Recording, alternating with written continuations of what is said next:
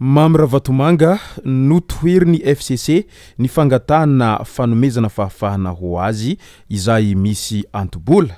Ka ny pitsopitsony mahakasika an'izay ny fakafakaina amintsika atao anatin'ity vidéo ity ka manasantsika rehetra anaraka an'ity vidéo ity hatramin'ny farany.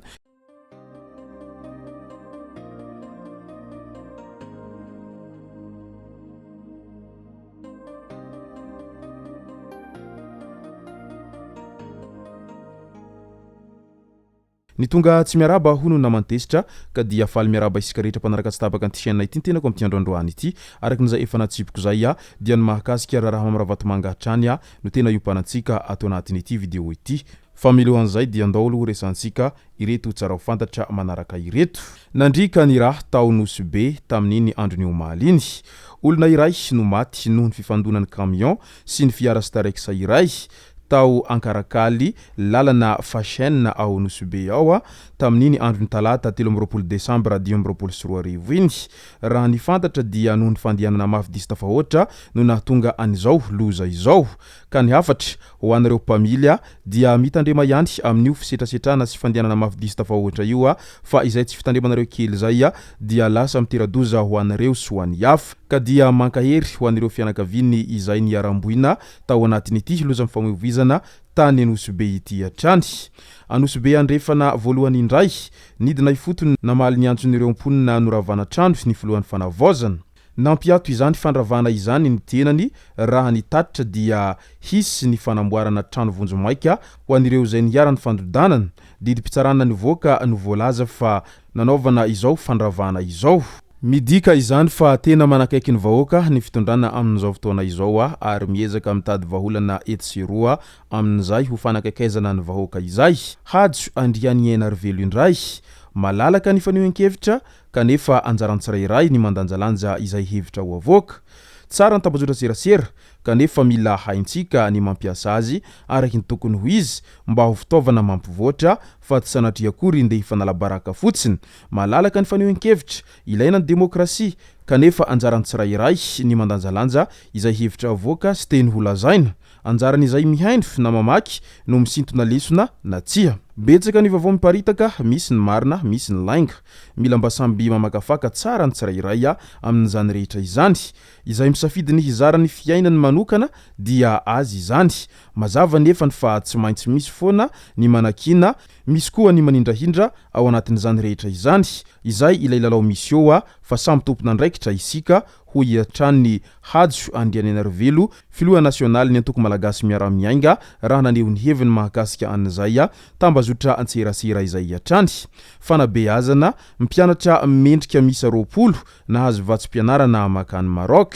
Notoloran'ny ministra fampianarana teknika sy ny fanofanana arakasa Tsilefa Antonio tamin'ny andron'ny alatsinainy 12 Desambra 2024 ny tapakila sy vatsim-pianarana ho an'ireo mpianatra malagasy izay misa 20 sy vavy sy raika ambin'ny folo lahy izay mianadahy nahazo ny vatsim-pianarana makany Maroc.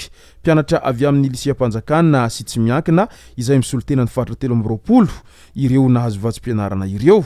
Haharitra 2 taona ny fianarana any Maroc izay hazon'izy ireo diplôma teknisianina ambony na DTS amin'ity vatsim-pianarana izay azon'izy ireo ity hatrany.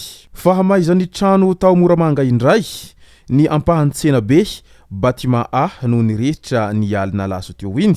Nirehitra ny alina ny ampahan'ny tsena be ao Moramanga tao Batima A izay tsy fantatra mazava hatreto ny antony nahatonga ny afo. Niara-ny entana ny fanometanana tamin'ny famonoana ny afo ireo mpivarotra tany an-toerana tany, ny fokon'olona, ny avy ao amin'ny gendarmeria, ny polisy pirenena, ny avy amin'ny komina ambonivohitry ny Moramanga, ny orinasa Fanalamanga ary ny orinasa Ambatovy ka vetivety dia voafehy ny afo tao anatin'izany firehetana izany.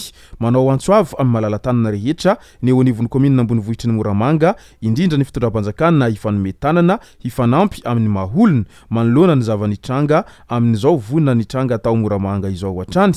Andao amin'izay ho resantsika ny mahakasika raharaha Mamy Ravatomanga izay mbola mifonja any Anosy Mauritiany amin'izao ankehitriny izao satria mantsy raha ny fantatra trany dia notoheriny FCC ny fangatahana fanomezana fahafahana ho azy izay misy antombola. Ny adian-kevitra teo anivon'ny fitsarana tao Port Louis Maurice tamin'ny andron'ny talata 13 Desambra 2024 iny ny momba ny fanomezana fahafahana misy antombola any Mamy Ravatomanga. tamin'ny alalan'ny fivirina ampitaindavitra no nanatrehanyity mpandraharaha malagasy ity izany fivirina izany hatrany. Nanohitra izany avy hatrany ny Financial Crime Commission ary nanazava ny lehibe ny mpanao fanadihadiana eo anivon'ny sampandraharaha ity nandritra ny fiainona azy fa noho ny mety ho fitsoahany Mamy Ravatomanga any Maurice izay hoe risque de fuite zany sy ny yayahy manoloana ny mety sy ny fanaovana antsonjaya anireo izay nijorovam-volombelona ny mety ho fanaovana hosoka amin'ireo proof ary ny fahatarany fizotra ny rahampitsarana no anton'io fandavana eo hatrany. Marina fa mbola voatazona ao amin'ny fonja numero lozy Mamy Ravatomanga amin'izao fotoana izao. Midika izany fa tsy nahazo fahafahana izay misy antombola izany ity mpandraharaha malagasy ity amin'izao ankehitriny izao ary mbola mitohy izay fifonjany ao amin'ny fonja numero lozy izay ary mety hanano sarotra araka izany no mety ahafahany ity mpandraharaha malagasy ity amin'ireo rehetra raharaha izay mahavoasarengotra azy tao anatin'izay afera maloto isan-karazany izay isany nahatonga n'izao fidobohany amponja ao nosy Maurice ao amin'izao ankehitriny izao satria raha ireo proof rehetra eny ampelantanany manam-pahefana any Maurice any no jerena dia tena mafonja ireo proof rehetra izay voarain'izy ireo amin'ity raharaha Mamy Ravatomanga ity hatrany ka dia kely araka izany ny finoana avotsotra any Mamy Ravatomanga amin'ity raharaha izay mahavoasarengotra azy any nosy Maurice any amin'izao fotoana izao. Ka dia mbola manohony sazy izay mahavoafonja azo zay zany ity mpandraharaha malagasy ity any nosy Maurice any amin'izao ankehitriny izao ka ho sarotra aminy ho afabela amin'ireo rehetra izay proof izay tena mahavoasarengotra azy mafy ao anatin'ity raharaha izay mampifonja azy any nosy Maurice any amin'izao ankehitriny izao. Ka dia ao aloha izany izy mandrapa isiny fiovana eo anatrehan'izany rehetra izany.